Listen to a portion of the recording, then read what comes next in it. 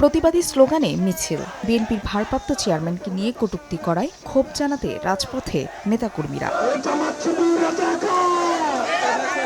শনিবার বগুড়া ও নাটোরসহ বেশ কয়েকটি জেলায় বের করা হয় বিক্ষোভ মিছিল। মিছিলটি শহরের বিভিন্ন সড়ক প্রদক্ষিণ করে। এ সময় বিএনপির প্রতিষ্ঠাতা এবং প্রয়াত রাষ্ট্রপতি জিয়াউর রহমান ও দলটির ভারপ্রাপ্ত চেয়ারম্যান তারেক রহমানকে নিয়ে কটূক্তি করায় প্রতিবাদ জানান নেতাকর্মীরা। পরে আলোচনা সভা অনুষ্ঠিত হয়। জিয়া পরিবারের সদস্যদের নামে কটূক্তিকারীদের আইনের আওতায় আনার দাবি জানান নেতারা। প্রথম মহিলা প্রধানমন্ত্রী বেগম খালেদা জিয়াকে নিয়ে অনেক কথা বলেছেন, তাও আমরা কিন্তু অনেক ধৈর্য ধারণ করেছি।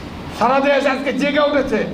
তারেক রহমান, খালেদা জিয়া, জিয়াউর রহমানকে খারাপ কথা বলা এদেশের মানুষ কখনো মানতে পারে না।